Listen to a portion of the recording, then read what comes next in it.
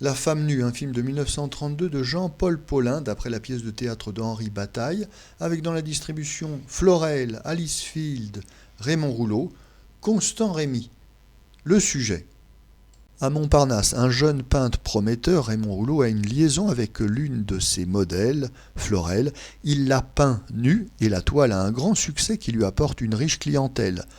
Raymond Rouleau épouse Florel, mais la jeune femme n'arrive pas à s'habituer au grand monde. Raymond Rouleau fait la rencontre alors d'une séduisante aristocrate, Alice Field. Notre avis. La femme nue est une pièce de théâtre d'Henri Bataille de 1908 qui fera l'objet de diverses adaptations au cinéma, en Italie en 1914, en 1922, en France en 1926 avec une version de Léonce Perret, en 1932 avec ce film de Jean-Paul Paulin et enfin en 1949 dans un film d'André Berthomieux. Cette version de 1932 de Jean-Paul Paulin est assurément la meilleure. Jean-Paul Paulin a tout d'abord été assistant réalisateur de deux bons films de Jean Chou en 1931, Jean de la Lune en 1932, Un chien qui rapporte. Ce film de 1932, La femme nue, est sa première réalisation et pour un coup d'essai, c'est un coup de maître, car Jean-Paul Paulin nous prouve qu'on peut partir d'une pièce de théâtre et faire vraiment du cinéma. On n'est pas condamné, il n'y a pas de fatalité à faire du théâtre filmé. De nombreuses scènes sont tournées en extérieur dans des décors naturels et évidemment ça change tout. Le récit devient fluide, dynamique, réaliste. C'est du vrai cinéma. Et les scènes tournées en studio sont également réussies grâce à la grande qualité des décors.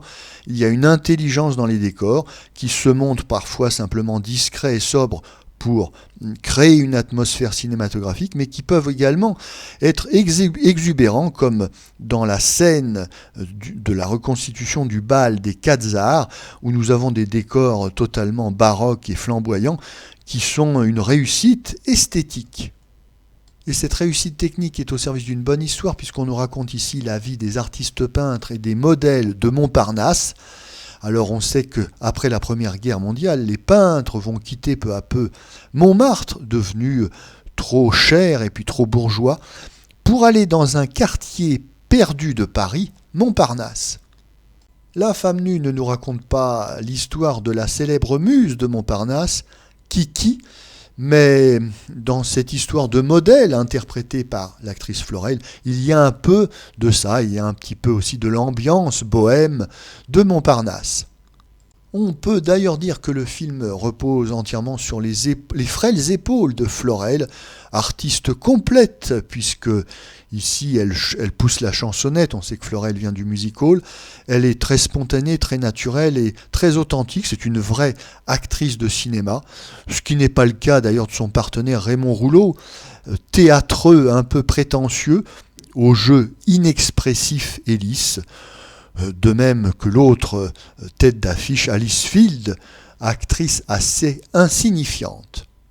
Mais ces petites réserves sur la distribution n'arrivent pas heureusement à affaiblir la très bonne tenue de ce film. On regrettera seulement que le réalisateur Jean-Paul Paulin n'ait pas pu récidiver dans cette qualité de réalisation.